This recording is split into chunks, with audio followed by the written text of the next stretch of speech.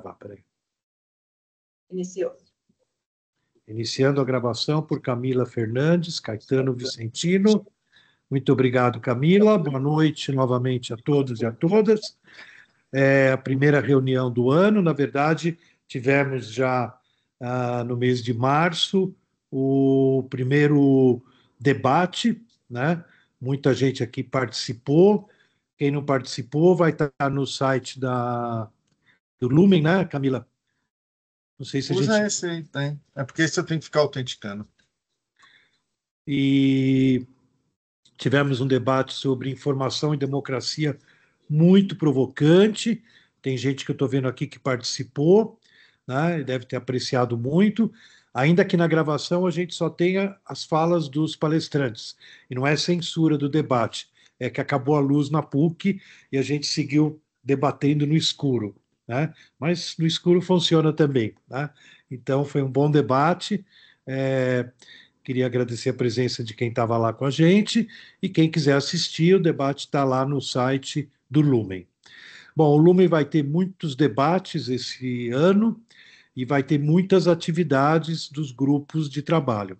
Então, para começar hoje, né, eu achei bacana a gente tentar familiarizar um pouco o nosso grupo aqui que está mais interessado em IA, né, com a Biblioteca Digital Cesima. Tá? O link da Biblioteca Digital Cesima deixa eu ver para todo mundo saber. Não é esse aqui, isso aqui é um PowerPoint que eu vou usar depois. Cesima Digital, Cesima Digital, tudo junto, .pucsp.br, tá? Quem não conhece, é uma biblioteca com milhares de documentos das áreas mais variadas aí da história da ciência, da cultura. Eu dei hoje uma passeada pela biblioteca, eu sempre gosto, né? Que nem passear na biblioteca, só que na nossa digital. E sempre eu fico surpreso, achei lá os manuscritos incríveis, alguns indecifráveis, né? Imagino como é que o pessoal consegue ler o que está ali, mas tem jeitos para ler. Então, eu queria convidar a Ana Maria e a Márcia Ferraz, que estão aqui com a gente. Elas são da equipe do Lumen e que já eram, né, há muito tempo, da Biblioteca Digital Cesima, ou Cesima Digital, né, e que agora está se fundindo com o Lumen. Viu, Daniel? A gente vai lançar para o ano que vem, esse é o projeto aí do Pedro e de outra colega dele, a Marcela. A gente vai construir uma plataforma Lumen, que vai integrar a biblioteca e vai ter outras atividades digitais, né? Isso até o final do ano a gente pretende estar... Espera um pouquinho, tem algum microfone aberto? Qual que é o microfone aberto?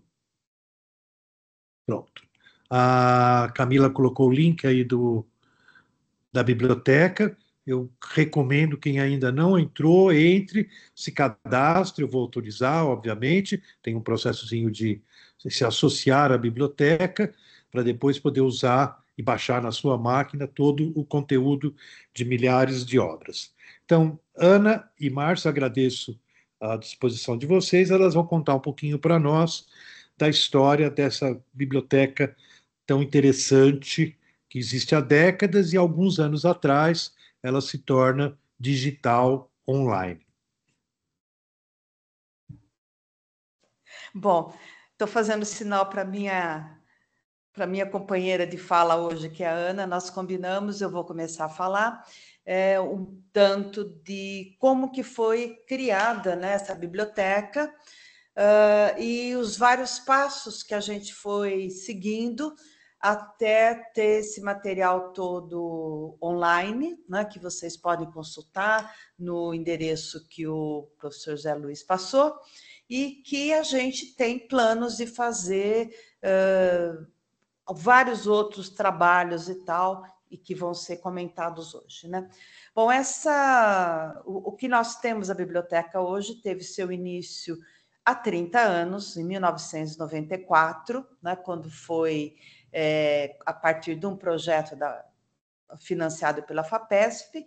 Então, foi criado o CESIM e começou-se a fazer uma coleção de microfilmes e microfichas, né? Então, a ideia era a dificuldade, suprir a dificuldade que se tinha no país de encontrar materiais raros e antigos para história e filosofia da ciência, né?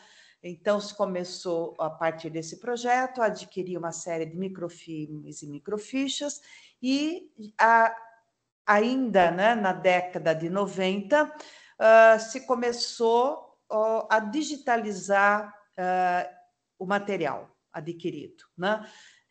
E a digitalização, que hoje a gente pega o celular, né? Fotografa e já vira um rolo, vamos dizer, rolo não, mas uma sequência de imagens, né?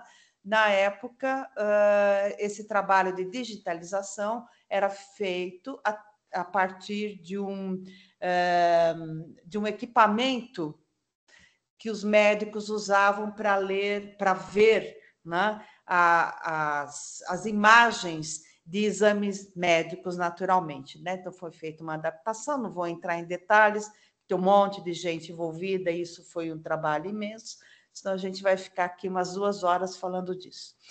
Mas, enfim, então isso na década de 90, e a escolha do material desde o início estava baseada nos projetos que eram realizados junto a esse centro que estava sendo criado, né?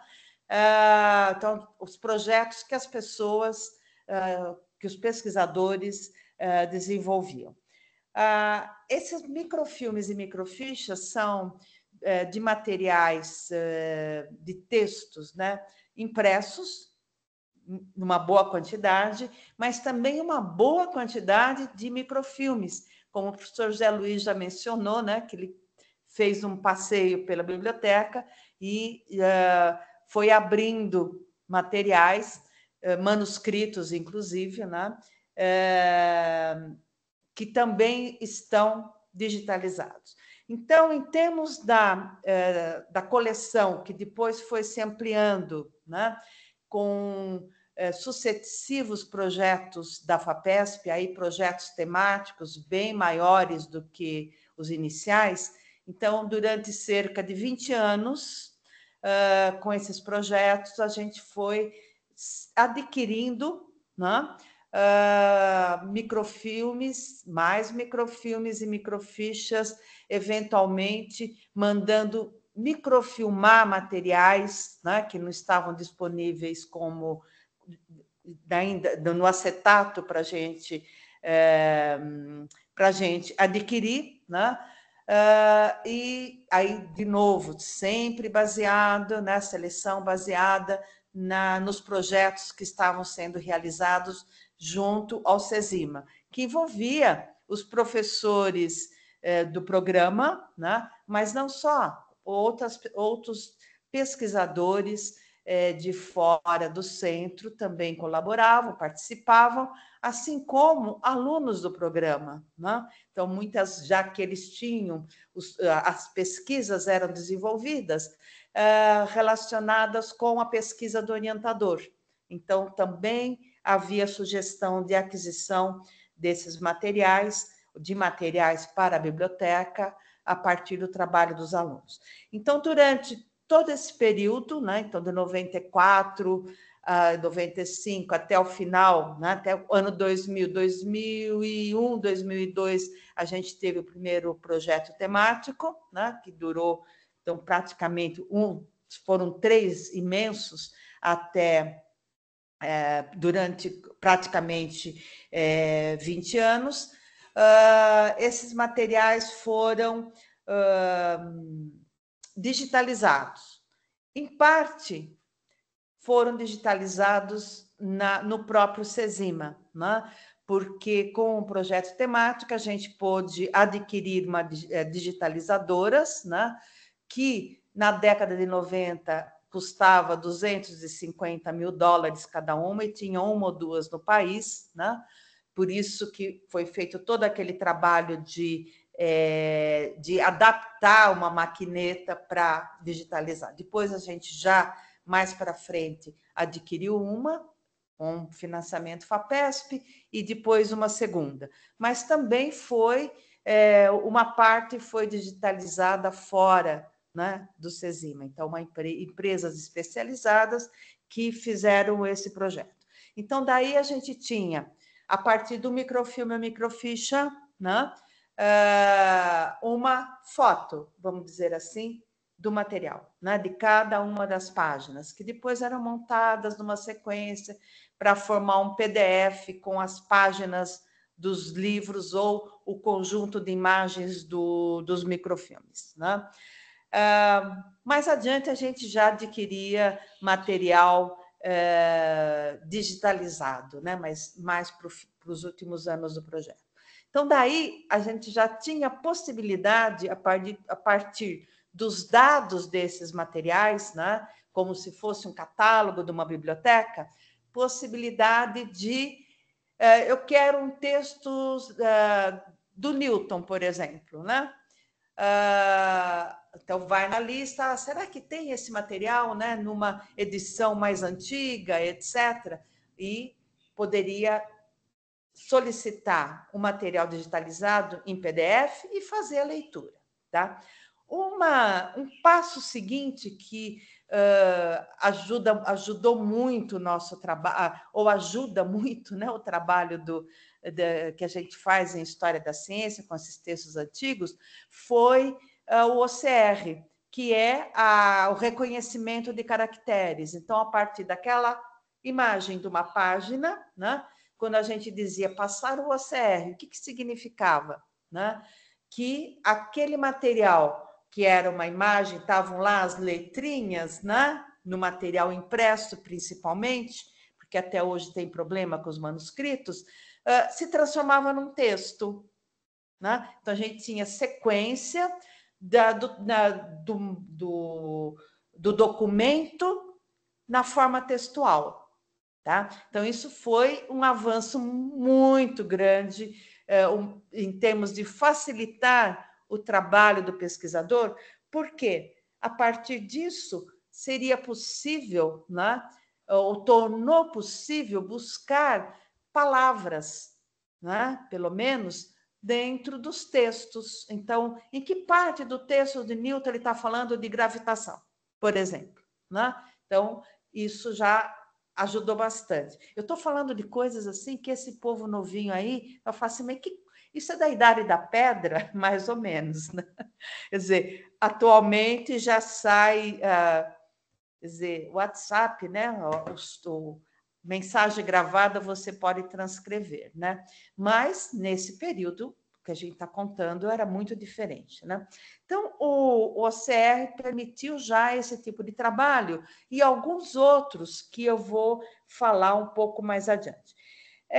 Eu acho que, ao mesmo tempo, nesse momento, seria importante falar do começo de um trabalho que já está muito avançado com relação ao material que nós temos, que foi a disponibilização online desses documentos. Né? Então, a gente começou alguma coisa e o professor José Luiz, com alguns colaboradores, né, trabalhou muito para colocar online e possibilitar o que ele estava dizendo para vocês, e vai comentar, acho que vai falar um pouco mais logo mais, né, daqui a pouco, que alguém quer ler um livro, descobre que está lá, está online, solicita, tem uma autorização e pode baixar esse material e fazer a leitura. Tá? Então, essa é a disponibilização online. O que a gente fez, né, ou tem feito ainda, com esses documentos, né, que são trabalhos que sempre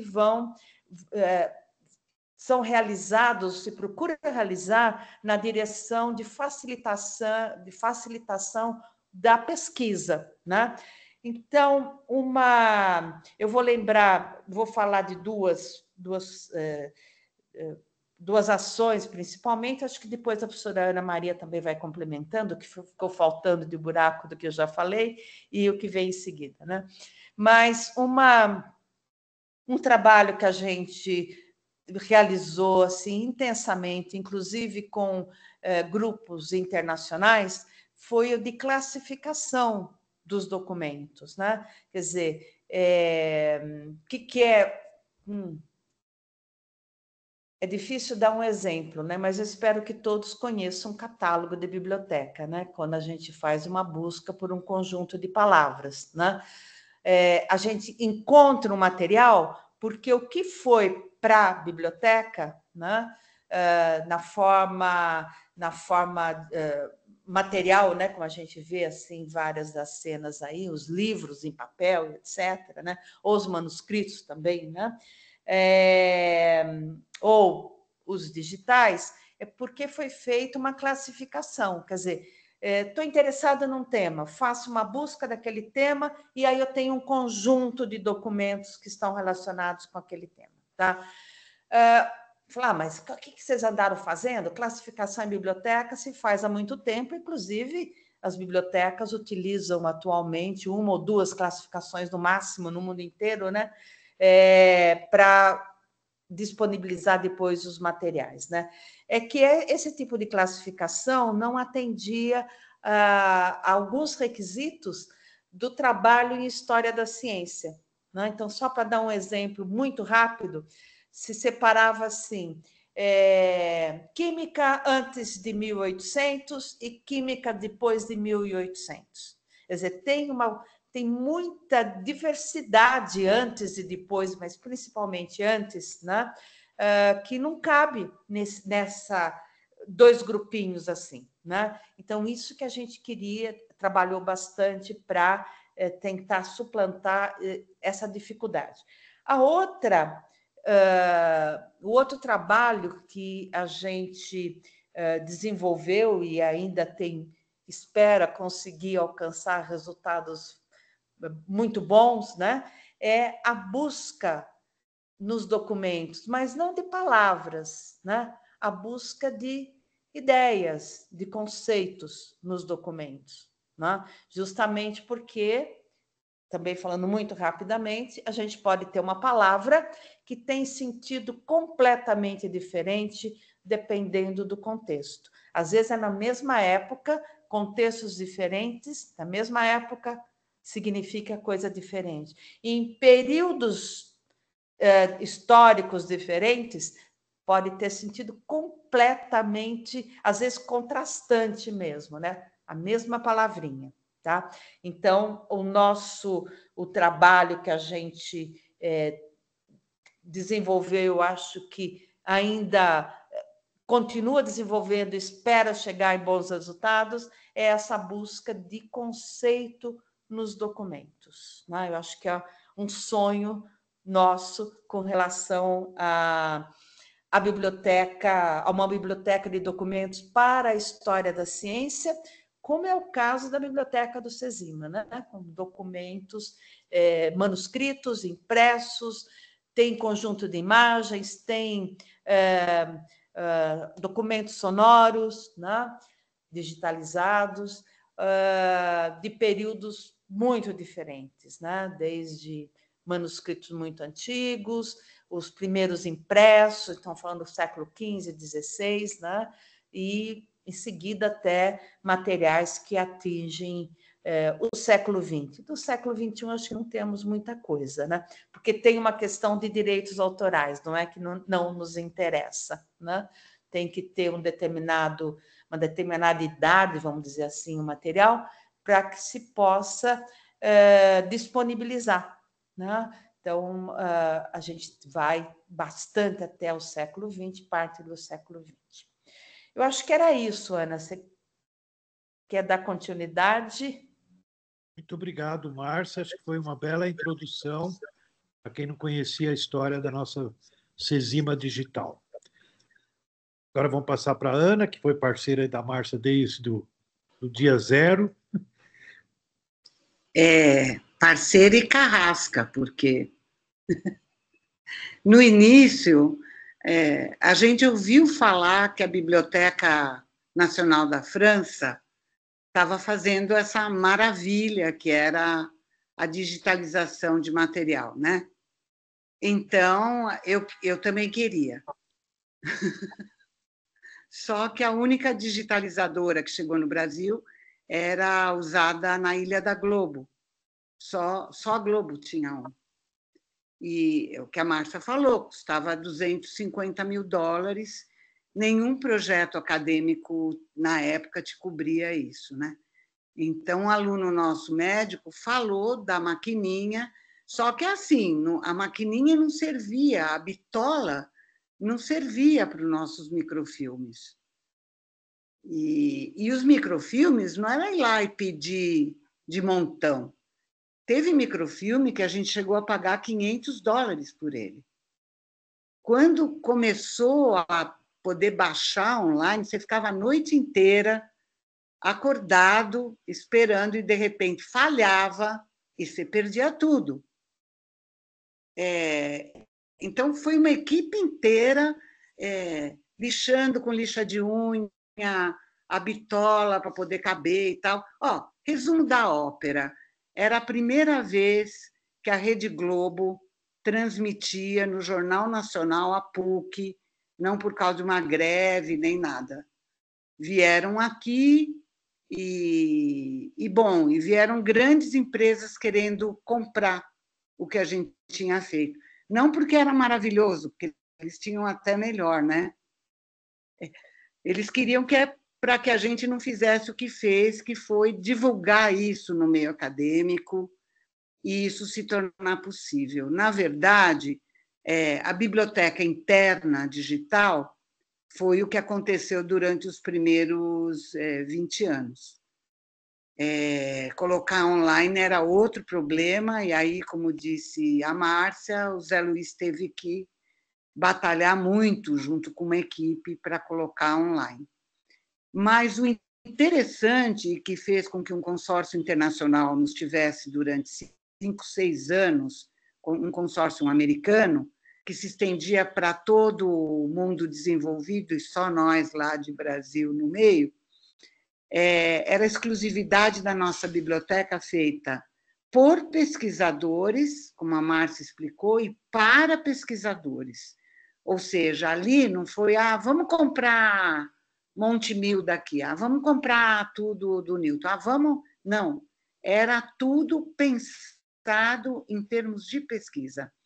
Uma parte grande do material que está ali, esses 30 mil obras, serviram em algum momento para teses, para artigos, para livros, tudo material de pesquisa e para pesquisa. Então, isso entusiasmou o pessoal de fora, muitos deles tentaram cumprir a nossa máxima, que era conseguir percorrer isso em termos de conceitos, de ideias.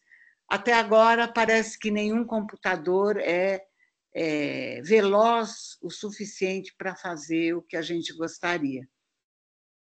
Vamos ver se isso é verdade nos próximos anos. E é isso, uma biblioteca feita com muito suor, né? Alguma inspiração e muito suor, é isso. E agora, até hoje, é uma biblioteca que tem as suas exclusividades e que o pessoal gosta muito, mas nasceu como uma coisa original. Foi a primeira biblioteca digital universitária da América Latina. É isso. Obrigada, gente. Super obrigado, Ana. E deixa eu tentar pôr aqui umas imagens para vocês, para a gente dar uma olhada antes de passar para o Dani. Deixa eu ver se eu consigo compartilhar aqui, Camila. Vamos ver se dá certo. Dani, aqui eu ponho tela, né? Na opção tela ou janela, ponho tela. Tá. Já pus a tela, o que vai acontecer? Opa. Vocês estão vendo? Estamos vendo a apresentação agora. Está aparecendo o PowerPoint? Isso. Ótimo, deixa eu voltar para aqui. Então, vamos lá. Então, aqui são alguns dados. O acervo digitalizado, ele tem, aqui coloca 7.845, mas realmente, como a Ana a gente outro dia estava comentando, esse número é maior, porque aqui não é documentos. Por exemplo, a coleção do Newton deve ter 100 documentos dentro dela, e ela aparece aqui só como Newton, né? Então, esse número aí, ele quase triplica, né? Uns 20 e tantos mil documentos efetivamente separados que a gente tem. Assim como a biblioteca, que ainda não foi toda digitalizada, que a gente tem lá lá na PUC, né? Ela tem 30 mil, mas que não são 30 mil. Pode ser 60 mil até, se a gente levar em conta as coleções, né? Impressos são 7.263, a grande maioria, 522 manuscritos, e outras formas, como a Ana falou, tem 60. Deixa eu tirar isso aqui que está atrapalhando, espera aí. Como é que eu tiro? Pronto, acho que já desapareceu. Então, aqui tem os idiomas, né? O inglês, grande maioria, português, francês, latim e outros. Tá? Bom, vamos continuar. Tá, aqui a distribuição. O Brasil tem metade, nós temos 651 associados à biblioteca, ou seja, pessoas que fizeram o seu cadastro e utilizam o material da biblioteca. Tá? Metade é o Brasil, que nós estamos vendo aqui, né? A outra metade eu vou mostrar no próximo slide. Então, está aqui o Norte, 6%, Nordeste, 25%, Sudeste, que é metade, 50%, Centro-Oeste, 6%, e o Sul, não está aparecendo aqui, mas é 13%, que é o que sobra. Tá? Então, é uma distribuição interessante, né? Tem isso dá para a gente pensar, né? Fazer algumas reflexões aí sobre o interesse, né? Pela pesquisa, pela leitura, pela busca de documentos, né? Pelas regiões do Brasil, né?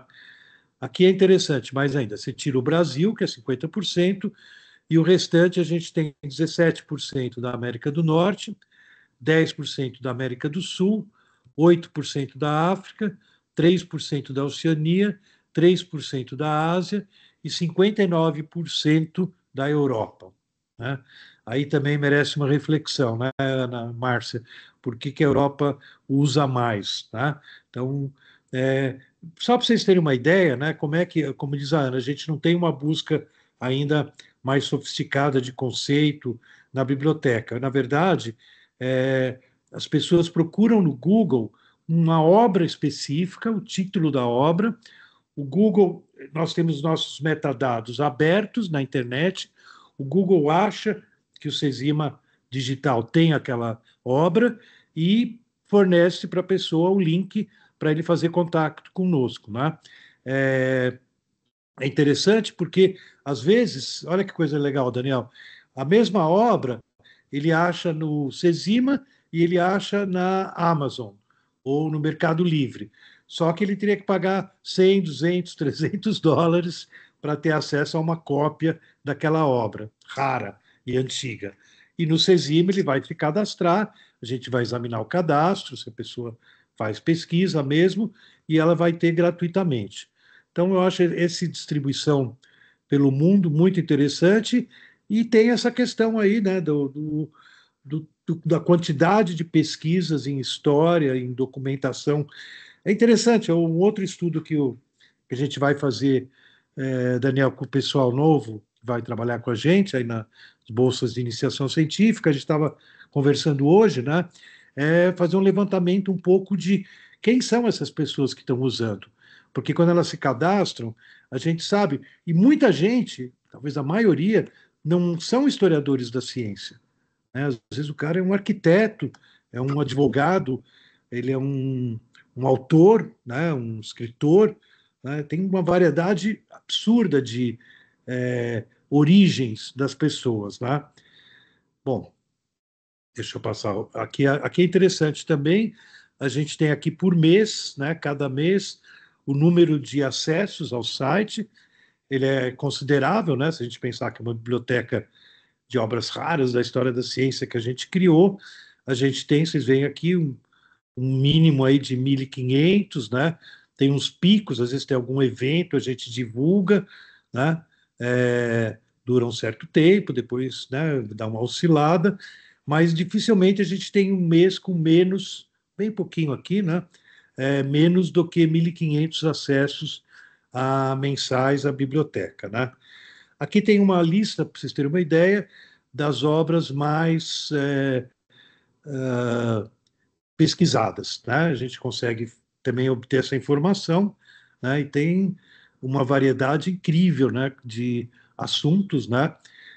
Óbvio que os livros segredos, né, que são a gente teve muita pesquisa em alquimia, né? Medicina, medicina várias opções, né? Oralidade escrita, gravura, história da gravura. Eu fico cada dia, Daniel, que chega alguém pegando um livro de 1700 e pouco sobre a história da gravura, eu fico entusiasmado, né? Bom, deixa eu ver como é que eu tiro isso aqui. Espera aí.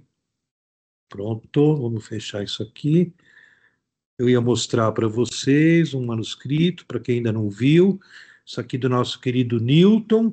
Está assinado aqui, está datado. Outubro de 1600, é sobre o Newton. 1600, não, é do Newton, né? Foi sobre o Newton. 1676, né?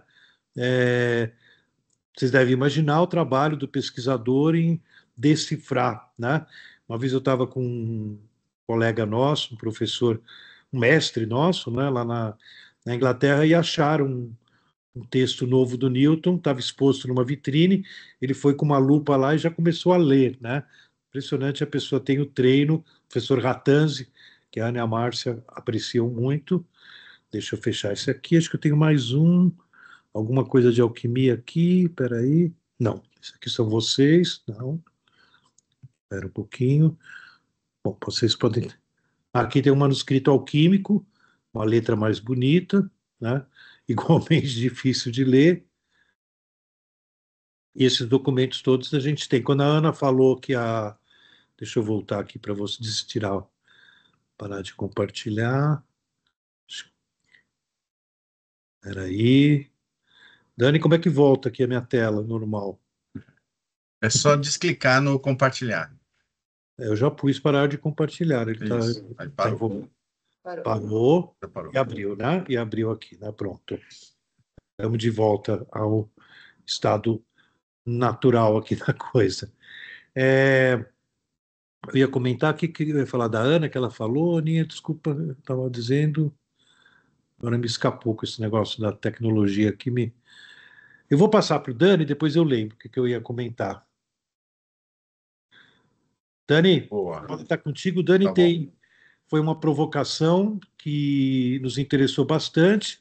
O Dani tem umas ideias aí da gente colocar alguns instrumentos de busca com IA, e sei lá que diabo mais ele quer fazer aqui na biblioteca. Nós vamos abrir o espaço para ele.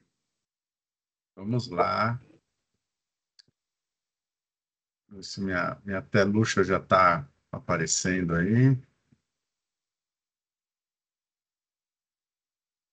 Meu microfone tá bom? Tá baixo? Não, tá bom. Tá bom? Tá bom, turma? Boa. Então, eu fui teve um evento no Google. Eles estão lançando uma ferramenta para usar no cloud, né, na nuvem, que se chama Agent Space, né? E a ideia desse agente aí, dessa inteligência artificial, uma das coisas legais de se falar sobre inteligência artificial é que você pode olhar ela como uma ferramenta ou como um agente, né? E aí a ideia de ferramenta, eu vou pedir algumas coisas, ela vai, faz o algoritmo, executa e me traz coisas. Como um agente, a gente imagina que seja o uso para nos ajudar, né? E a gente brinca com a inteligência artificial, sendo que eu posso ter a inteligência artificial do filme Exterminador do Futuro, né? Que é a Cybertronic lá, que vai matar todo mundo, né? Mata todo mundo. Ou tem a do Homem de Ferro, que é o Jarvis, né? Que ele é um assistente que ajuda e consegue construir coisas, né? Eu hoje vejo a IA mais como essa questão de um agente para nos ajudar, uma ferramenta que nos ajuda, né? As pessoas acham, a IA vai ter vida própria, é impossível. É só desligar o computador que não tem IA com vida própria, né? Então você sempre consegue monitorar e ver onde está. Nesse modelo de máquinas que nós temos hoje em dia, né?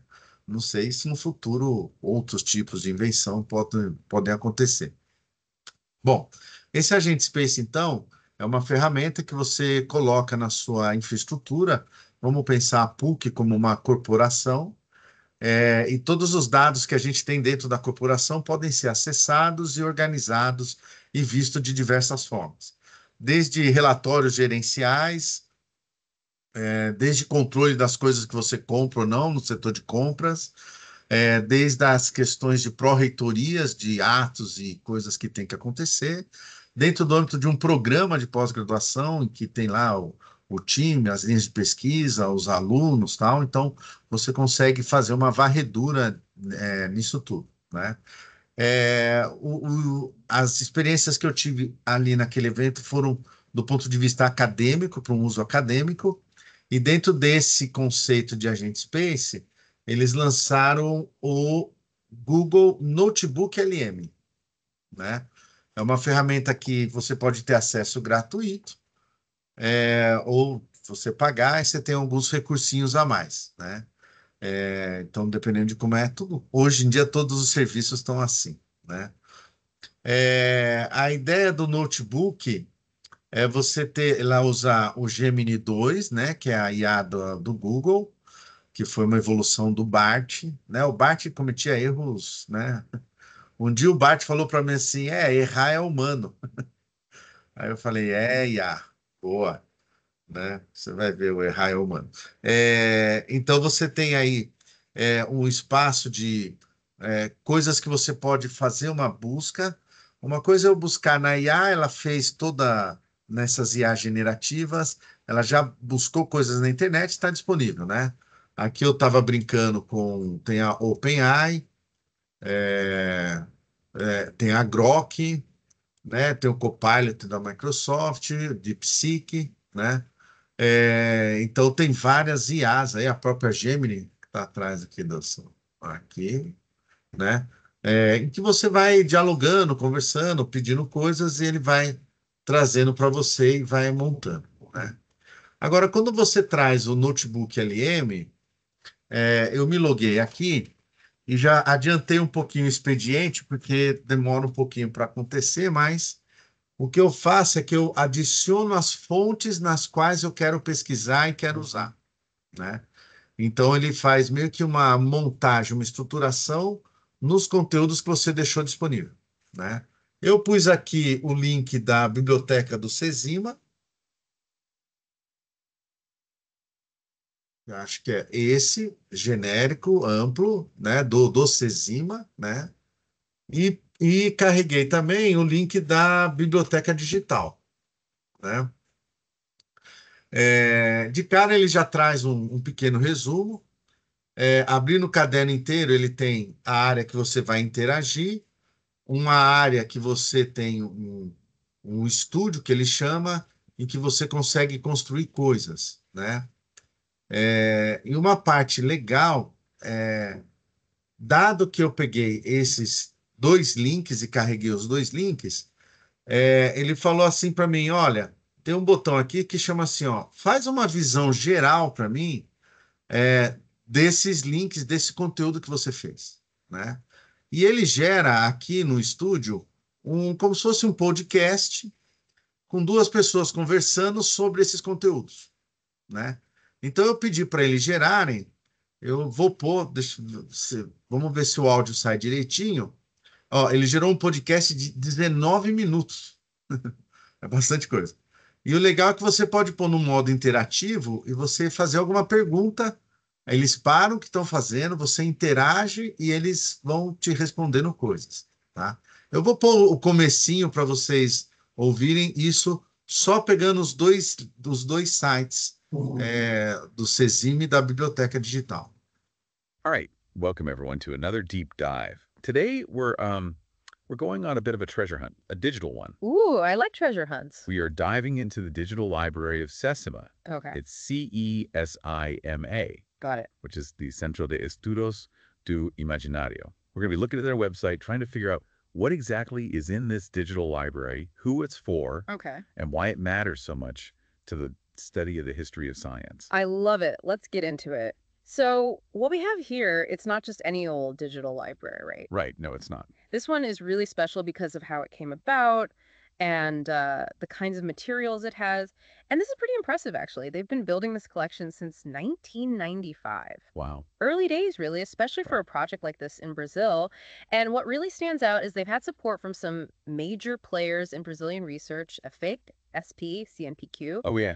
That kind of long-term backing from those institutions, that's a big deal. Yeah. It tells you this project is seriously valued in the academic world. Yeah, 1995. That puts them way ahead of the curve. It's like they were pioneers in digital archiving in Brazil. Exactly. And you're right, those big names you mentioned, FAPE SP, CNPq, and PUCSB, that's a huge vote of confidence. I even saw on their website that this support helps them get some really high-tech equipment for digitization. Oh, wow. So this wasn't just some small-scale casual effort. It was a deliberate and very serious investment in preserving these documents and making them accessible in the digital world. I see. So it sounds like they were really committed to quality from the very beginning. But okay, enough about the backstory. Let's talk about the collection itself. What treasures did they actually digitize? Well, at its heart are original materials in the history of science. Original as in... We're talking primary sources. These are the actual documents, the raw materials that shape scientific thinking. Not interpretations or later analyses, but the real deal. Uh-huh. And a lot of these are described as rare, old, often the only copy in existence. Imagine that. Huh. For anyone researching the history of science, having access to unique documents like these is like striking gold. Yeah, that's incredible. That's opened up so many new research possibilities. Absolutely. It's like being able to step back in time and see how scientific knowledge was formed, debated, and shared. I'm already getting excited. And the time span is huge. Yeah. They have materials going all the way back to the early days of European printing. They even have manuscripts, pre-printing era, plus a whole collection of microfiches and microfilms. Oh, wow. Microfiches and microfilms. That's a bit of a blast from the past. All right. It shows how they were already thinking about preservation even before digital technology became widespread. Yeah, makes sense. Those were the cutting-edge preservation methods back then. And now those same materials are making the jump into the digital age. It's like a double layer of history, the content itself and the way it's been preserved over time. Exactly. And, the website explicitly says that many of these materials wouldn't be available to researchers in Brazil at all if it weren't for this digital library. They'd have to travel abroad to libraries in other countries to even get a chance to see them. Oh, I see. So this really democratizes access to knowledge. It levels the playing field for researchers in Brazil. Precisely. Yeah. And that brings us to the Digital Library Initiative itself. Their whole aim is to make these digital documents directly accessible to Sesima members. Through the internet, I assume. Of course, through the internet. It's a testament to how much the internet has revolutionized research in the history of science. Absolutely. It's amazing to think how much easier it is now for researchers to find and access materials.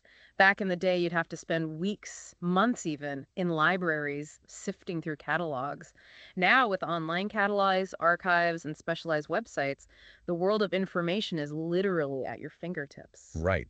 And Sesima even uses the internet to enhance their own collection. How so? They can identify important documents online, then request them, digitize them, and add them to their digital library. It's a really smart, dynamic way to keep building their collection. And the best part is, for anyone interested in exploring this right now, the Biblioteca Digital, that's the digital library in Portuguese, is live. It's online, and they even mention a link, click AQUI. You can't click it in the audio, of course, but it's there on the website. That's fantastic. It means it's not just a plan or a project in development.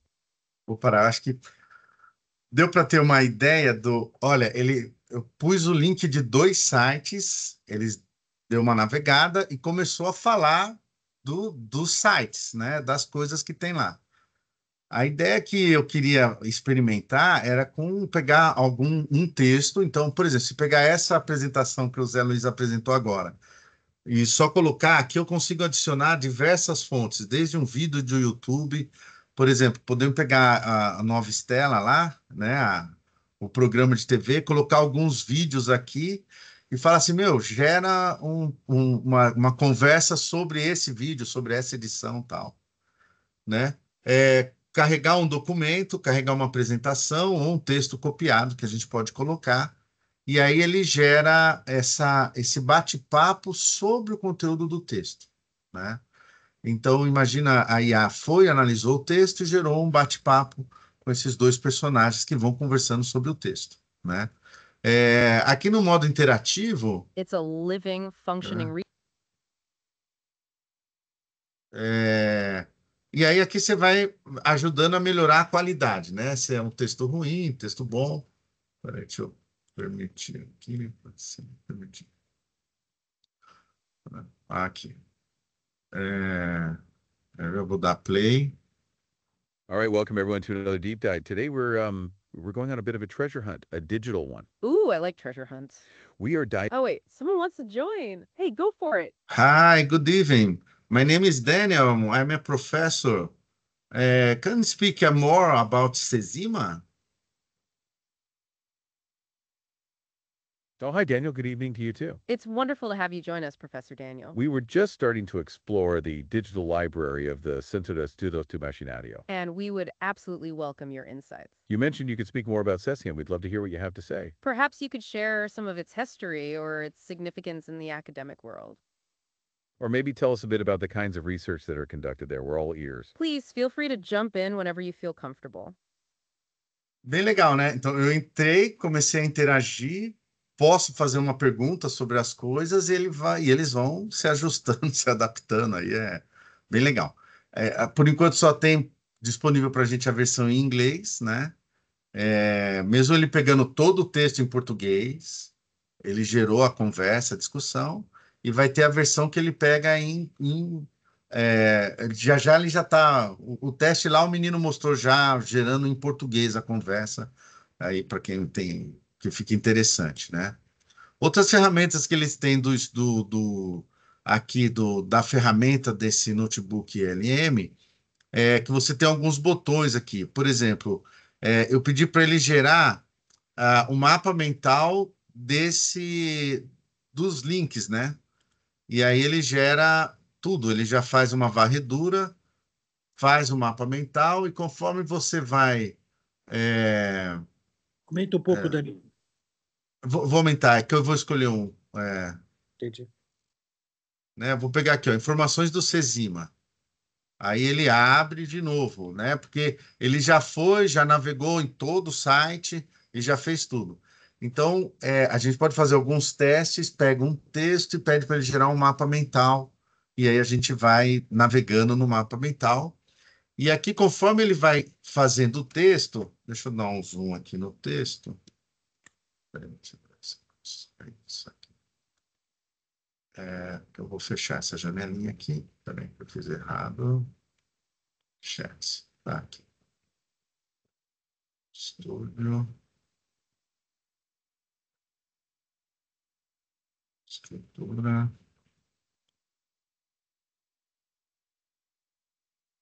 Ações do Cezima. Ele fechou aqui, eu não estou achando onde ele vai abrir também. Deixa eu pegar histórico.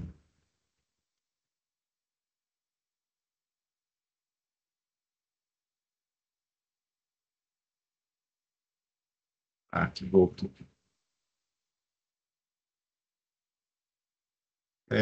Então aqui ele vai pegando isso daqui. Deixa eu diminuir aqui que eu aumentei aqui no 100%. Então, ele tem algumas ferramentas interessantes para a gente ir construindo coisas, e ele tem já alguns botões prontos, que você fala assim, olha, faz um resumo do documento, cria uma linha do tempo, quais são as perguntas frequentes que tem, monta um guia de estudos, né? Então, imagina que você pega um texto, gera um guia de estudo de como estudar aquele texto, aquele conteúdo, né? Então, daria para a gente fazer alguns experimentos aí, nesse sentido, com algumas coisas que tem na biblioteca, para a gente ajudar a publicar, para a gente ajudar a expandir e colocar ideias que tem, né? Então, é, deixa eu ver se eu crio uma nova aqui. Eu pego um texto só. Deixa eu ver se eu tenho algum texto aqui, né?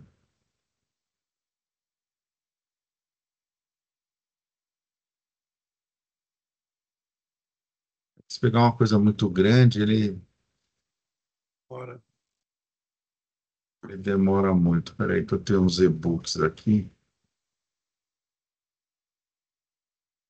Ah,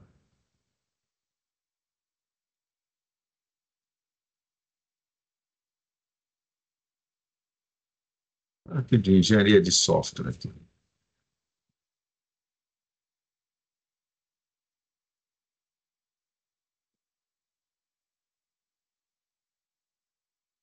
Ah, tem que ser até 200 mega, não tinha atentado isso. Ok. 200 mega aqui. Esse code config.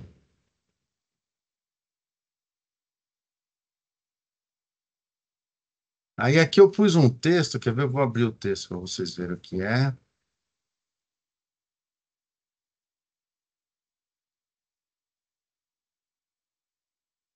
Enquanto ele está lendo. Books, livros. É um livro sobre código. Apareceu aqui. É esse livro aqui, ó. Código completo.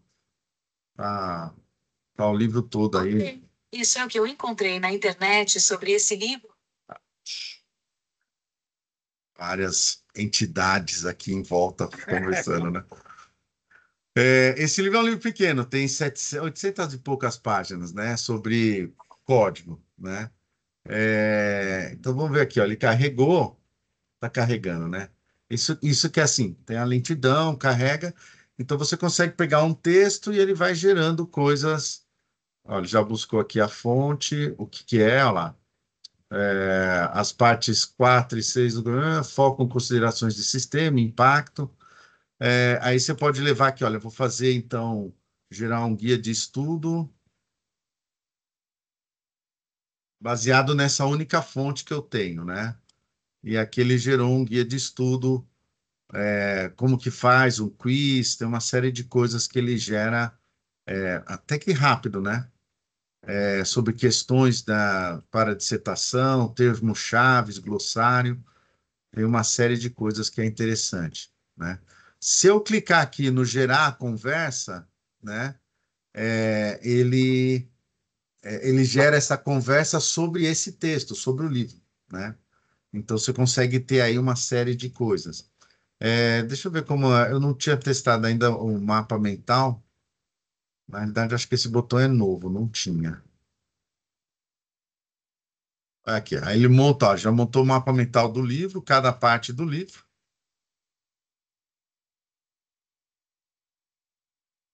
Lá, controlando loops. E aí ele gera aqui uma discussão, alguma coisa. Então, um pouco essa ferramenta, eu acho que ela é legal para a gente poder gerar coisas. É um caderno de estudo e ele gerou aqui, ó, ele pegou, o livro está em inglês, mas ele traduziu tudo em português, né? E vai. E onde ele põe aqui, ele marca da onde ele pegou o texto e o pedaço do texto que ele usou para analisar, né? Então ele vai deixando marcações no texto, né? Então eu acho que assim, essa é uma das ferramentas que eu acho que valeria a pena a gente pegar alguns textos, e brincar um pouco, né? Criar algumas coisas, gerar, por exemplo, aqui tem como gerar um resumo do documento, tem a linha do tempo, uma série de perguntas, e você pode interagir e perguntar coisas do tipo assim, né? Exemplos de gerenciamento de projetos. E aí você vai perguntando e aí ele vai descobrindo coisas no texto e vai te respondendo, vai trazendo. Então, é uma ferramenta de IA que a gente pode interagir, pode construir coisas, né? Olha lá. oferece vários exemplos. Deixa eu dar um zoom aqui.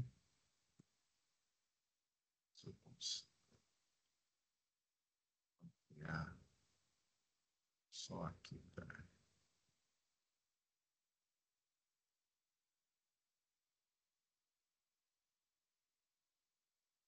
Não sei se ficou o tamanho. Tá bom? Aumentar mais um pouquinho? Tá bom. Aqui, né? Só para dar um exemplo, né? Ó, o livro Code Completo oferece vários exemplos e princípios relacionamentos ao gerenciamento de projeto, especialmente focado na fase de construção do software, né? Embora não seja um guia de gerenciamento de projeto em si, ele aborda os principais aspectos, né? Olha lá, de medir, né? 2 vezes, fazer a codificação, né? E aqui vai pôr onde tem o exemplo, o texto. Então, um pouco era isso que eu, assim, preparei, queria mostrar para a gente ter uma ideia.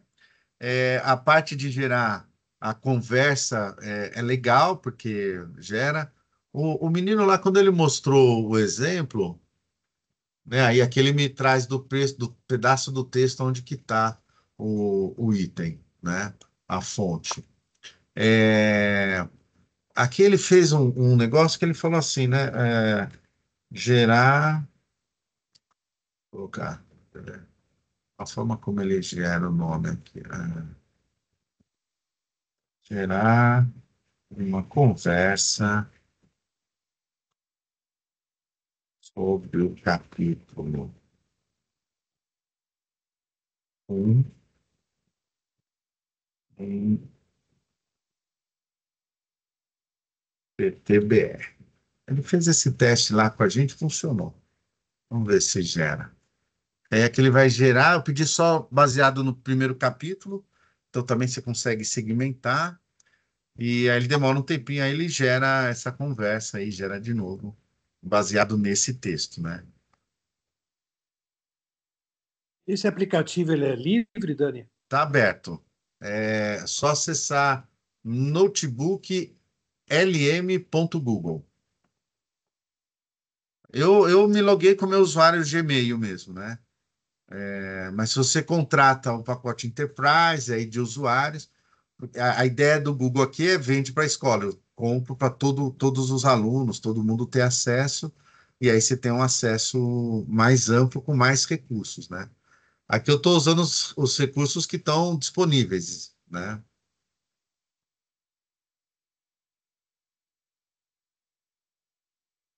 Aqui. Que daria para a gente fazer alguns experimentos, ver se o texto que está sendo gerado está coerente ou não. Pode te ajudar na pesquisa, na interpretação de texto. Às vezes tem uma visão de coisas que você não viu, né? E você pode ir interagindo e perguntando. O lance é que as coisas normalmente estão fechadas à sua fonte de informações que você coloca. Um pouco ele não busca na rede outras coisas e não mistura. Quando você carrega uma fonte aqui, ele não usa para os outros, fica meio que fechado para você, né? Então aí você tem a sua privacidade, você garante coisas, né? Uma das coisas que também eu fiz, eu fui num evento também da Apple 2 semanas atrás. Isso que a professora Ana falou de máquinas que já são capazes de fazer. Hoje em dia eles estão falando de PCIA, né? É uma máquina, né? Um personal computer com IA já dentro do processador. Então, por exemplo, a linha da Apple com os processadores M1, M2, M3, ou os que vão nos tablets, né, nos iPads, e no celular a partir do A19, né, que é o processador. Ele já tem um núcleo exclusivo para processamento de redes neurais, né? Então, eu consigo baixar um modelo de IA para rodar na máquina, né? Na sua própria máquina, né? Então, a minha ideia aqui é conseguir montar um projeto para comprar pelo menos uns 3 Apples e 2 máquinas com placas de vídeo NVIDIA para a gente ter GPU. para a gente fazer testes de modelos de IA que a gente baixa e roda na máquina. Eu não dependo de executar num servidor na nuvem, num ambiente fora, né, que esteja na internet. Eu executo dentro do meu computador, aí eu faço os experimentos ali, né?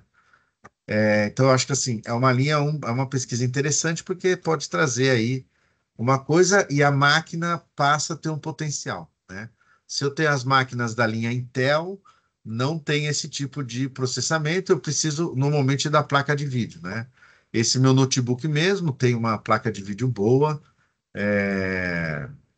que é uma GeForce, é um modelo que ele tem 2.880 núcleos de processamento. Então, eu consigo executar muitas coisas nesse processador de imagem, né? Então, um pouco é isso que a IA está conseguindo. Então, você tem aí as placas, as GPUs, que a gente chama, com milhões de núcleos processando coisas em tempo real, né? Então, seria um pouquinho esse aí, a ideia, Gustavo. Não sei se será isso, mas acho que dá para falar e discutir coisinhas. Muito bom, Dani.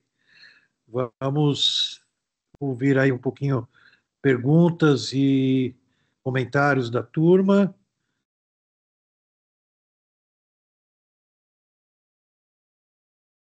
Quem quer começar aí, fazer alguma pergunta, algum comentário? Eu quero. Por favor, professora Márcia. Então, professor José Luiz, professor Daniel, eu acho que... Não, deixa eu mudar a pergunta. Com relação ao... Não, mas vai no mesmo caminho, mas eu vou simplificar. Com relação ao que esse recurso que você mostrou, né, promete, o que foi feito de checagem? Por exemplo, você está falando, você mostrou para a gente um livro, né? Como é que é mesmo? Code Complete. Code Complete, onde tem, aí você focou, certamente é um material que você já conhece, né? De 700 páginas, um dos capítulos, você pediu para ele falar alguma coisa e tal. Você conferiu se bate com o que... Nesse caso, ainda não, porque eu peguei ele de exemplo agora, nesse instante, né? Mas e um outro material, né? Porque quando ele fala dos... Aí, tudo bem, está lendo uma sigla, né? Mas como é que é? Como é que virou o Cesima do imaginário? Então, eu achei sensacional isso. Muito sensacional, bárbaro. Né? Então, eu Foi acho que esse é um ponto importantíssimo. entendeu a questão? A Sim, minha claro. questão? Eu acho que esse é um ponto importante. Por isso que eu falo, a gente tem que começar a usar para ver o quanto de assertivo ele é ou não, né? Do ponto de vista desses algoritmos, desses pontos estatísticos do que ele constrói, para a gente ver se eu posso confiar ou não no que ele está gerando, né? Então, eu acho que esse é um trabalho. Então, eu vejo que hoje isso daqui é um processamento de texto semelhante àquilo que o menino que vinha lá do Rio Grande do Sul fazia, lembra? Não é Matheus? Ai, como é o nome do menino? Do professor que vinha. Eliseu. Ele pegava o texto e fazia uma contagem de palavras. Você chegou alguma vez a conferir, ver se estava certa aquela contagem? A gente nunca conferiu, porque eu me lembro. Eu conferi mais de uma vez. Legal, ótimo. Então, enfim, você sabia a porcentagem de uma determinada palavra, a partir disso, é a tal da análise sintática, né? isso. Então, você não está vendo o conceito, você está vendo por quantidade de palavras, com aquele percentual. Você tem que meio que entender também um tanto de estatística, mas se você entende, você vê por que aquele texto é um texto sobre, sei lá, mecânica quântica, vá. Isso. né? Uhum. Um livro que você nunca leu, Isso. mas você põe lá, ele fala, tá, então deixa eu ver. Aí você vai lá, lê e fala, pois é, em termos de percentual e tal, ele, em geral, acertava. Isso. É por isso que eu falo, todos esses modelos que a gente tem hoje são modelos estatísticos. E aí o pessoal tem falado de alucinação, né? Na realidade, se você pensar uma árvore de caminhos, ele cria todos os caminhos. E aí, pela estatística, ele fala assim: olha, esse caminho é mais adequado. E pode ser que seja um caminho que a gente chama hoje de alucinação. Ele escolheu um caminho que ele achou bom, deu uma porcentagem alta de possibilidades, só que é um caminho que, né, a palavra imaginário ali, o I, ele inventou, sei lá de onde ele tirou, né? Mas foi um dos caminhos que ele percorreu. Eu estou imaginando assim. Por isso que eu acho que é legal as pesquisas para a gente tentar descobrir como esses algoritmos estão percorrendo os caminhos. E aí, por exemplo, quando você pega o DeepSeek, aí a chinesa, ela é open source, né? Então você consegue ir descobrir como é que ela está construindo e os caminhos que ela está usando para construir. As outras IAs são fechadas. Você não sabe como está construindo. Apesar que agora o OpenAI, todos têm um botãozinho que você clica, que ele expõe a linha de decisões que ele tomou. Ele descreve como que ele foi chegando naquilo. Que pode ser um caminho para validar ou não esse tal. Mas eu acho que ainda não tem assim.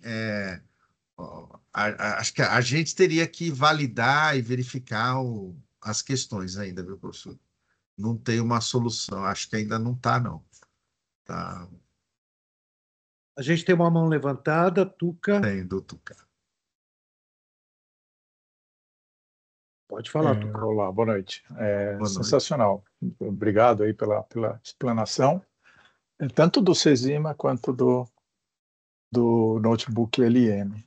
O notebook LM, por acaso, eu conheci há um tempinho atrás e posso dizer que dentro do que se alucinam esses modelos, acho que esse é o termo mesmo, por exemplo, eu tinha na época feito algumas experiências de subir um documento em PDF para o OpenAI e pedir para ele me extrair os artigos. Era um documento que tinha alguns artigos lá dentro, 3 ou 4 entrevistas e artigos, e eu pedi para ele extrair os títulos e os autores.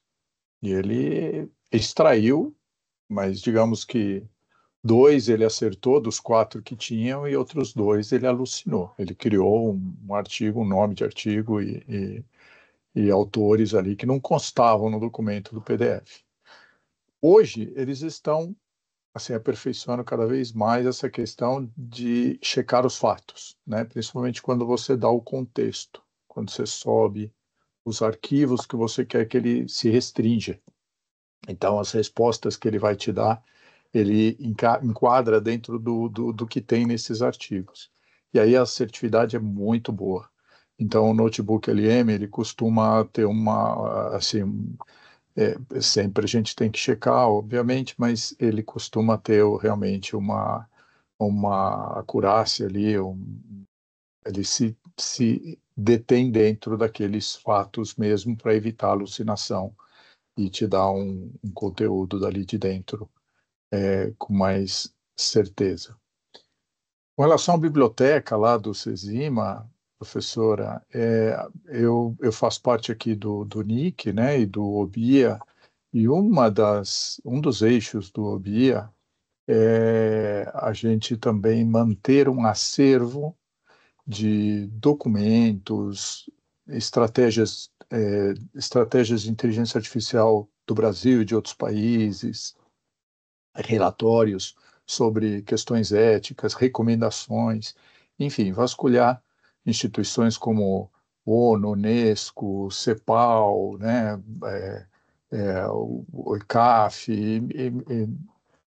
as universidades, e cadastrar esses documentos no acervo, mais ou menos como essa biblioteca CESIMA. Inclusive, a gente também usa o DSpace aqui como um substrato lá embaixo, né? E a gente está integrando também com um LLM para fazer esse trabalho que você estava pensando, de poder fazer perguntas. Quais documentos falam sobre problemas éticos relacionados à inteligência artificial na justiça? E ele localizado os documentos que eu subi, os documentos relevantes a essa pergunta. Então, a gente está com esse processo relativamente avançado, né, de fazer um sisteminha para cadastrar e catalogar automaticamente os documentos e fazer esse processo. Acho que eu posso depois programar até numa próxima vez aí uma pequena demonstração. Você leu, protótipo ainda. Tuca, você leu minha mente. Eu estava pensando nesse exato segundo de te convidar para o mês que vem fazer uma apresentação, porque eu fiquei muito interessado aí com o trabalho. O que é o NIC e o OBIA? Só para a gente se localizar. O NIC é o Núcleo de Informação e Coordenação do ponto .br. Na verdade, ele anda junto com o CGI, o Comitê Gestor da Internet no Brasil, que, enfim, delibera sobre questões estratégicas e importantes aí para a evolução e para o avanço da internet. E o NIC, então, é uma empresa mesmo, privada, mas sem fins lucrativos, que, ligada ao CGI, ela executa as decisões do CGI. Então, tem projetos aqui para melhorar a qualidade da internet, para mensurar, né, para dar suporte a políticas públicas, ao governo, uma vez que o governo faz parte desse comitê, né, do CGI, do Comitê Gestor da Internet. Então, o comitê ele é formado, ele é multissetorial, ele tem representantes, quase metade dos representantes vem do governo, dos diversos ministérios e agências. A outra metade é dividida entre o terceiro setor, a indústria e a academia. É um notório saber, que é o professor Demi. Ele é professor nosso aqui na PUC. Professor Demi, é isso mesmo. O professor aula. Demi, ele tem uma cadeira ele é vitalícia nesse comitê. Amanhã vai ter uma festona aí, né? Tem um dia de evento inteiro amanhã, dos 10 anos, acho que do seu web, de uma área dentro do NIC, isso mesmo. Vai ser lá no... Eu dou aula, não vou poder ir. Como é que é? Bom, então, e o professor Demi também é o presidente diretor do NIC BR hoje, né? E o OBIA é o Observatório Brasileiro de IA, é uma ação nova que está sendo coordenada pelo NIC, também ligada ao Ministério da Ciência e Tecnologia, para monitorar os avanços, como é que está sendo a adoção e o avanço da IA no Brasil. É um tema que vem já desde a elaboração da estratégia brasileira, desde 2021. Então, a gente já incorporou perguntas sobre IA nos surveys, né, nas pesquisas amostrais que são feitas aqui para acompanhar a evolução e a adoção da internet. Também já incorporamos inteligência artificial um tempo atrás para ter esses indicadores no portal do OBIA. Eu não sei muito bem como é que eu vim cair nesse grupo, na verdade, mas estou contente de estar aqui, de participar. Estou achando interessante. Ainda não consegui. Eu não sei, a não ser que eu seja fora do contexto, e aí vocês podem ficarem tranquilos em deliberar e me excluir aqui do grupo. Mas... Quando você estava falando, eu já estava pensando exatamente nisso, que na próxima... Que dia é a próxima reunião, Camila? Camila que é boa com as datas. Tá muda, Camila, você está com o microfone fechado. Ela está procurando lá. Está no site do Lumen. Eu acho que é dia 30 de abril, 30 né? 4. 30 de abril, depois 28 de maio e 25 de junho. Foi as primeiras datas que eu recebi aqui de vocês. Tá valendo. No convite aqui. E eu devo ter participado de algum evento online aí de vocês e, de repente, caí nesse mailing e recebi esse invite. E, bom, aqui estamos. Então, essa experiência que vocês já têm com a ferramenta que o Daniel nos apresentou, eu gostaria de te convidar para o dia 30 de abril você contar para nós como é que está indo. Acho que seria bom, né, turma? Porque a gente está Eu não sei quando a gente vai começar, Dani. Eu estou pedindo as bolsas para os meus meninos aí, o Pedro e a Marcela, né? O Pedro está aqui. Mas eles só vão começar mais para frente, né? É, então seria bacana a gente conhecer mais e, não é, Ana e Márcia, a gente poder ver como é que vocês estão. Não, o notebook LM é uma ferramenta que eu uso em termos pessoal, às vezes, quando eu quero também elaborar sobre determinados temas, eu subo lá os documentos. Exemplo, se eu estou fazendo uma pesquisa bibliográfica, não tão profunda, não acadêmica, né, mas mais aqui para elaborar algum relatório ou alguma linha de ação minha, e eu subo o paper, o relatório, os materiais que eu levantei na minha primeira análise bibliográfica e depois eu começo a conversar com esses documentos, né, que o Notebook LM te permite isso. Naquela partezinha, aquela janela do meio ali do chat, você começa a conversar, você pergunta, bom, me fala os principais pontos a respeito de tal tema que está incluso nesses documentos, né, pertinentes aos documentos. E ele vai responder, né, como se fosse um expert daqueles documentos que você pode conversar com ele e como aprofundando a tem conversa. sido, qual o nível de Acurácia. acurácia, isso, em relação aos... Então, eu tenho percebido nos últimos tempos, assim, as ferramentas, o Notebook LM mesmo, o ChatGPT, né, eles têm, é a grande preocupação deles, né, evitar alucinação e fazer... Quando você dá o contexto, que é o caso do Notebook LM, que você sobe os documentos ali e você fala sobre esses documentos, vamos conversar, é muito boa. Inclusive, isso que o professor Daniel mostrou, que ele vai mostrando as referências, né, ou seja, ele está com aquilo querendo mostrar que ele não alucinou, né, que aquela frase que ele está te colocando ali, ele retirou dos documentos e ele te põe as referências que você pode clicar e ver no documento original o parágrafo do qual ele compilou aquela informação. Não vai ser ipsis literi, né, porque ele não faz assim, ele é gerativo, né? Ele vai escrevendo ali na narrativa dele, mas ele tirou dali e você vê, você consegue, na dúvida, você fala, deixa eu ver, você clica ali e você vê o documento original na esquerda aqui, com o texto marcado, da onde ele extraiu aquele item. Então, também é fácil você verificar a acurácia dele, nesse caso. E aí essa ferramenta, eu diria que tem uma acurácia muito boa. É confiável para esse estudo, para esse aprimoramento, para às vezes, aprofundamento pessoal de um tema que você não domina muito, que você quer conhecer e de uma maneira rápida, com uma boa precisão, você consegue ter essa troca, né, essa conversa com esse agente bastante frutífera, na minha opinião, assim, muito, muito boa, e ele lida bem com um texto em diferentes linguagens, né, diferentes idiomas. Então, também você não tem que se preocupar, o professor Daniel até mostrou isso, né, ele subiu o texto em inglês, mas como ele perguntou em português, ele deu a resposta em português do que ele extraiu, quer dizer, ele faz essa transição, e isso é muito bom, né, essa tem uma boa precisão, eu diria. Também, assim, a minha avaliação pessoal é que as traduções que eles fazem são muito boas, né, esses modelos de linguagem. Eu queria fazer uma pergunta e um comentário. Já fui até na frente do Zé Luiz. O Cleiton levantou a mão, só para... Desculpa, está na outra página, eu não vi. Tá. Oi, boa noite. Depois volta para Márcia. Rapidinho, eu só queria parabenizar o empenho do Daniel.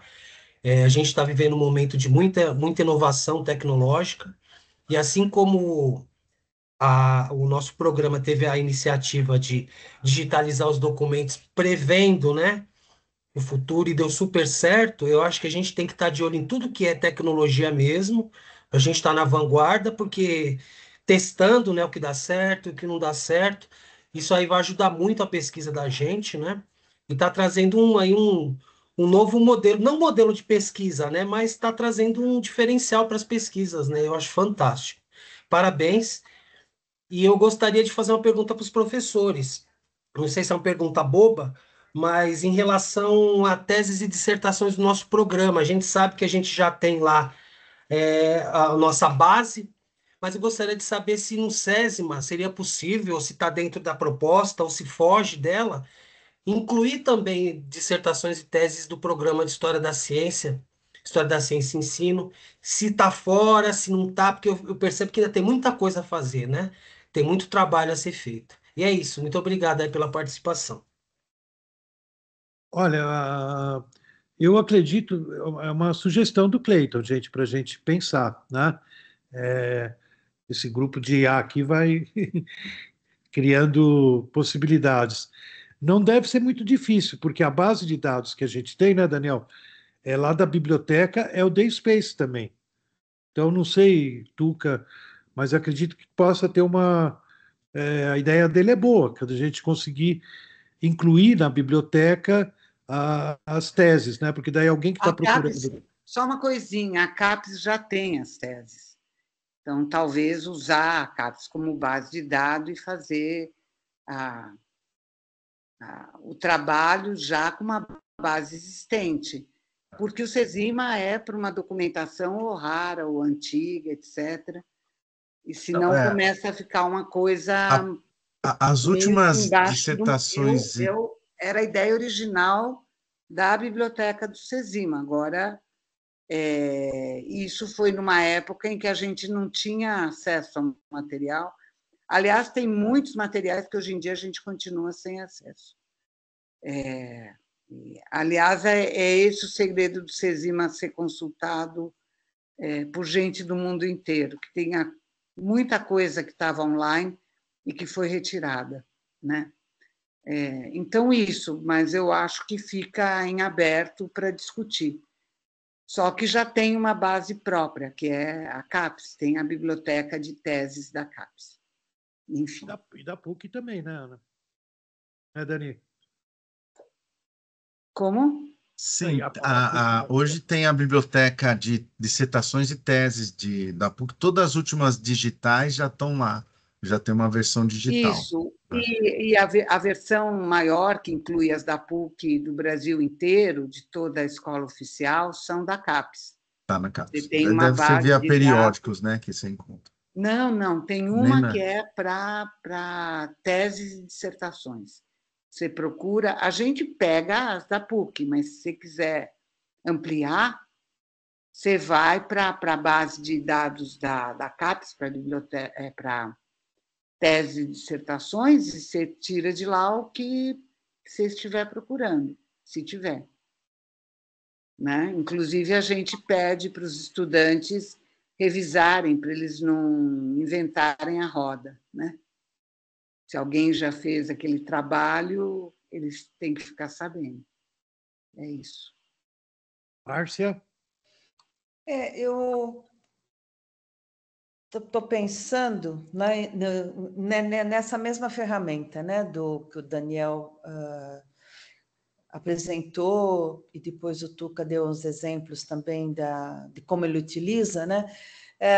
E alguma coisa que o próprio Daniel tinha falado anteriormente com a gente, né? De pegar, como é que será que isso funciona com textos mais antigos, né? Porque nos dois casos, os dois exemplos são de textos recentes, em inglês ou português, ou seja o que for, né? Recentes. Como será que funciona, né, com um texto de inglês do século XVII, né, ou até anterior, né? Que resultados, né, a gente pode obter?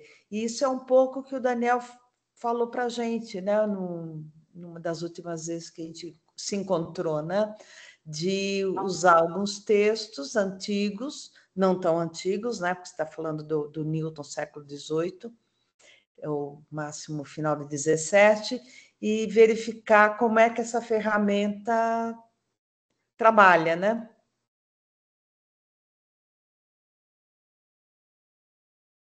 Um pouco essa foi a ideia, para discutir esses textos naquela época, como é que ficaria o resultado da conversa, o resultado das pesquisas, quer dizer, Não sei, acho que seria um experimento interessante. E esses dias eu encontrei também com o padre Rodrigo lá, e ele quer trabalhar uma IA, porque ele disse que ele tem uns textos que está numa, sei lá que língua, ele falou, não lembro. É muita coisa, eu vou perdendo as coisas. E aí ele quer fazer um pós-doutorado para estudar e ver como que faz para traduzir esses textos antigos aí que ele tem. Seria uma coisa também interessante, dado assim, você tem um texto que está escaneado e está manuscrito. Será que a gente já conseguiu digitalizar, pegar, passar um OCR no garrancho lá? Não sei. Olha eu sendo maldoso aqui. Por exemplo, eu uso uma ferramenta da Microsoft, o OneNote, que eu vou escrevendo com a minha letra, e aí eu clico no botão e eu falo assim, pum, gera o texto, né? Quer dizer, eu escrevi à mão e ele gera os caracteres para fazer um copiar e colar, e virou texto para editar, né? Então já tem um reconhecimento bom para a nossa escrita, assim, manuscrita. Será que se pegar imagens de texto que a gente consiga aplicar aí uma IA para traduzir, trazer esse texto? Não sei. Eu acho que É que aqui aí seria depende de um trabalho de paleografia, né? É, A letra muda de tempo em tempo. isso. Além de ter a parte do individual, tem tipos de letra. Você reconhece, em primeiro lugar, um documento por algumas letras, né? A Isso. Márcia conhece isso muito bem, para Vamos de pôr a alguns Márcia para séculos, né? treinar a máquina. Isso é. 17, 18. Aí eu conheço bem de mancha. Eu sei te dizer pela mancha o que tem lá. A Márcia vê muito pelo tipo de letra. E aí é um problema, porque não sei como é que você instrui uma máquina paleograficamente. Eu não saberia dizer se isso é possível. Pegar algoritmos de treinamento de máquina e aprendizagem de Por, máquina. porque eu Elas vão sei que ter é que um aprender pessoal cada letra, cada traço. isso da física e da matemática que trabalhou muito em cima dessa parte de decifrar ou passar o que seria um Sim. OCR, sei lá, em cima de manuscrito. E que não é brincadeira, não. Eles conseguiram para alguns documentos. Não sei se agora, com os avanços atuais, tudo está mais fácil, mas manuscrito ainda continua sendo um desafio bem pesado, bem difícil. A gente pode lembrar que no começo do OCR, da utilização do OCR, tinha uma série de letras, de caracteres, né, que eram bem complicados. Por exemplo, os S's intermediários nas palavras, até o século XVIII, né, que parecia F. Então, às vezes, quando se passava o OCR, em vez de 2 S's, apareciam 2 F's, né? E assim por diante. Mas aí houve um treinamento, esse problema praticamente não acontece. Acho que o grande problema é que os manuscritos, né, as caligrafias são muito diferentes, né? Cada pessoa escreve de um jeito, embora tenha muita coisa em comum, né? Então, há pessoas que reconhecem a letra de fulano, ciclano, beltrano do século XVII, né? Eles escreviam de maneira diferente, pode ter uma maneira diferente também de grafar, mas enfim, é uma questão de treinamento. Não sei como é que está isso hoje, né? Pessoal, eu queria. Estamos com o horário um pouco avançado, né, Camila? Então, eu queria agradecer muito, acho que foi muito enriquecedor, deixou a gente cheio de questões, né, sobre o futuro da IA. Eu queria dar boas-vindas ao Tuca, que eu nem sabia do Nick e do Obia, que você representava essas instituições aqui, né?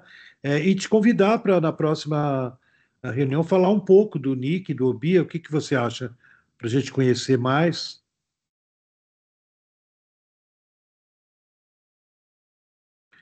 Som. Não, sim. Não, seria um prazer. Eu preciso somente averiguar aqui a data e aí eu 30 me de comunico abril. com vocês. Não, sim, na minha Legal. agenda aqui, eu não sei se eu tenho algo 30 de abril. Ah, em princípio, eu acho que eu não tenho. Eu vou estar por aqui, então seria possível, sim. É, mas é isso, de novo, eu estou caindo de paraquedas aqui nesse grupo. Até seria interessante se alguém pudesse depois me enviar uma nota conceitual, assim, eu estou entendendo que são grupos de professores, né, que vocês são todos professores e estão discutindo temáticas que possam ser conduzidas aí, vocês ou em aula ou em projetos de pós-graduação com os alunos, é isso, né? É isso, Perfeito. é o núcleo Lumen Humanidades para as Ciências e a Tecnologia. É um núcleo que tem várias vertentes, depois eu te mando para você conhecer, e uma delas é a IA, né? E para isso a gente chama esse grupo de usos e abusos, né? Sim, A gente já teve o pessoal da Unicamp falando épocas de eleição, época da política, do problema da fake news, né? E temos o professor Eliseu Reateg, não sei se você conhece. Ele trabalha com tecnologia e educação lá na URGS, na Federal do Rio Grande do Sul. Hoje ele não pôde vir porque ele foi chamado de última hora para uma reunião em Brasília, nos deixou na mão. Mas ele costuma vir, traz a equipe dele. A biblioteca Cesima, né, a parte tecnológica, a gente, com o apoio que a Ana conseguiu da FAPESP, a gente contratou uma equipe do Eliseu, lá do Rio Grande do Sul, e eles desenharam a biblioteca e puseram para funcionar, né? Uns 3 anos, 4 anos atrás. Aliás, o tempo passa já 5 anos atrás, né? Mas a gente nem percebe. Então é isso, gente. Eu queria agradecer a presença de todos. Não sei se mais alguém quer comentar. Depois que a gente conversa, trocamos nossas. Você trabalha em São Paulo? trabalho em Tá São bom. Paulo, aqui na Berrini. Onde você trabalha? Na Berrini? Na Berrini. Depois eu estou no Itaim Bibi, então a gente combina também para se conhecer. Ana, Márcia, Daniel, mais algum comentário? Então vamos jantar e agradeço todo mundo. Próximo evento é do grupo da Interdisciplinaridades e Ensino, né? Que vai ser o tema, não sei o tema agora, que eu não lembro agora. Ah, vai ser o ciclo de debate sobre educação quilombola. Vai ser bem legal. A Camila já deve estar soltando em breve, né, Camila, para divulgar. Você já está com o material aí, né? Tá ótimo, gente. Então, boa noite. Camila pode encerrar a gravação. Valeu, Dani. Muito legal sua participação. Boa. Você já virou Excelente. um lumen na cabeça, meu.